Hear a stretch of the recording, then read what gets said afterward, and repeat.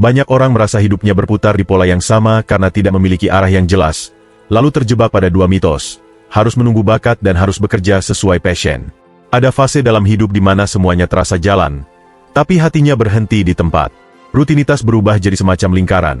Pagi berangkat kerja, sore terjebak macet atau penuh pikiran, malam scroll media sosial sampai mata berat, lalu tidur. Begitu bangun, pola yang sama terulang. Tanpa disadari, waktu bergeser maju tapi rasa hidup tidak ikut bergerak.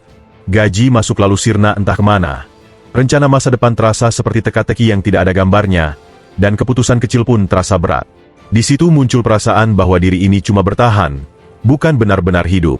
Situasi seperti itu sering muncul ketika arah hidup belum jelas. Bukan karena malas atau tidak mau berubah, tapi seperti berjalan tanpa kompas. Setiap langkah terasa ragu karena tidak tahu sebenarnya mau menuju kemana. Ada dorongan untuk menjadi lebih baik, tapi bingung harus mulai dari sudut yang mana. Sebab itu, sebelum mencari jawaban besar tentang tujuan hidup, aku merasa perlu membongkar dulu cara pandang yang sering menahan langkah kita sendiri. Sejak kecil kita sering dibentuk untuk percaya bahwa hidup akan lebih jelas kalau kita tahu bakat terpendam yang ada dalam diri. Setiap lihat teman yang jago sesuatu, muncul pertanyaan, aku ini sebenarnya unggul di bagian mana ya? Lalu kita mulai mencari lewat tes kepribadian, mengikuti seminar pengembangan diri, sampai membaca buku yang menjanjikan bisa membantu mengenali potensi diri dalam hitungan menit. Tapi ujungnya tetap bingung. Semakin dicari, semakin terasa tidak ketemu. Dari situ terbentuk pola bahwa langkah baru harus menunggu jawaban besar dulu. Seolah-olah kita wajib menemukan label, ini bakatku, sebelum mulai melangkah. Akibatnya, tubuh bergerak tapi hati berhenti. Banyak kesempatan lewat begitu saja karena kita merasa, kayaknya itu bukan bidangku. Padahal, belum dicoba pun. Keyakinan seperti itu justru jadi tembok tak terlihat yang menahan perkembangan kita. Kalau terus memeluk mitos ini, kita bisa menghabiskan waktu bertahun-tahun hanya sibuk menebak apa yang sebenarnya ingin dilakukan, tanpa benar-benar melakukan apapun. Daripada menunggu momen ajaib ketika bakat sejati muncul, jauh lebih masuk akal kalau kita mulai dari hal yang ada di depan mata. Jalan sering terbuka setelah kaki melangkah, bukan sebelum itu. Di era media sosial, sangat mudah merasa hidup sendiri salah arah. Setiap buka Instagram atau TikTok, terlihat orang yang tampaknya bekerja sambil liburan, punya jadwal fleksibel, dan selalu tersenyum waktu menjalani aktivitasnya. Tanpa sadar, muncul pikiran bahwa pekerjaan yang tidak membuat kita berdebar setiap pagi berarti bukan passion. Dari situ lahir tekanan halus. Pekerjaan ideal harus selalu menyenangkan, kreatif, penuh warna, dan memberi kebebasan seperti konten-konten yang kita lihat. Saat realitas tidak seperti itu, suasana hati bisa turun. Kita mulai membenci hari Senin, merasa tersesat, atau bahkan curiga bahwa kita sudah salah memilih jalur.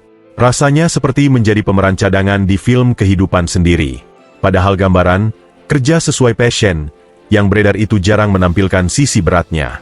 Tidak terlihat proses belajarnya, tidak terlihat jatuh bangunnya, tidak terlihat kebingungan yang dialami oleh orang-orang yang dianggap sukses itu.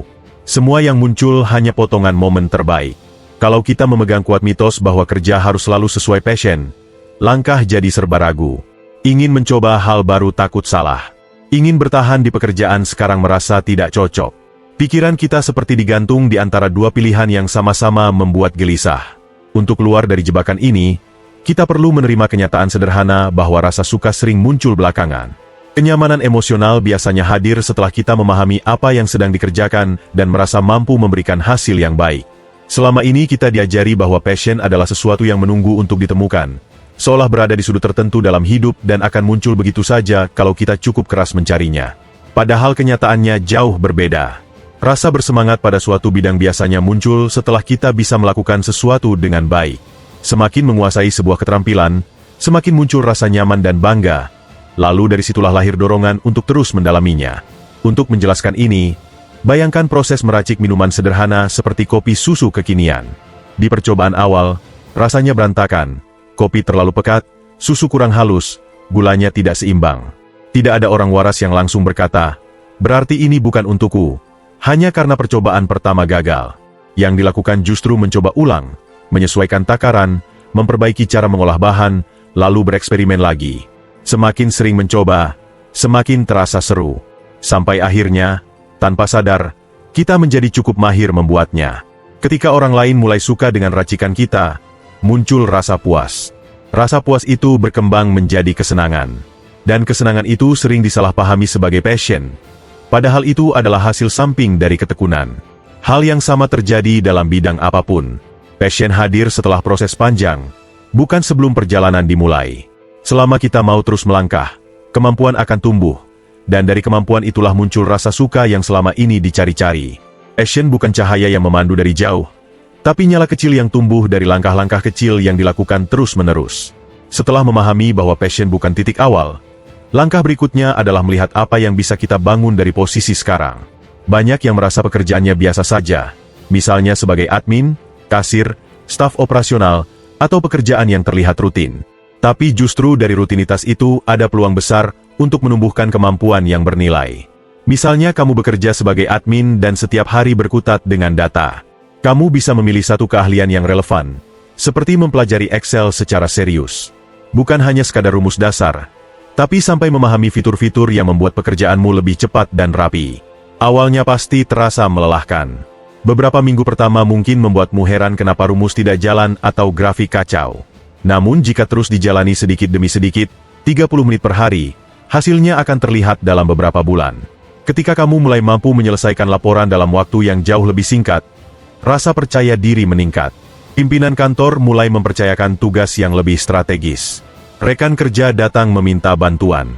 Dari situ muncul perasaan bahwa dirimu berarti, dibutuhkan, dan punya kontribusi nyata. Nilai tawar pun ikut naik. Kamu bisa negosiasi gaji, pindah divisi, atau bahkan buka jasa sampingan membuat dashboard untuk UMKM. Saat kemampuan berkembang, arah hidup ikut berubah. Kamu tidak perlu menunggu, tujuan hidup datang seperti ilham. Tujuan itu terbentuk dari konsistensi membangun keahlian. Semakin mahir, semakin besar kontrol yang kamu rasakan atas hidupmu. Dan pada akhirnya, tujuan hidup bukan sesuatu yang ditemukan tiba-tiba, tapi sesuatu yang tumbuh dari langkah-langkah kecil yang dilakukan setiap hari.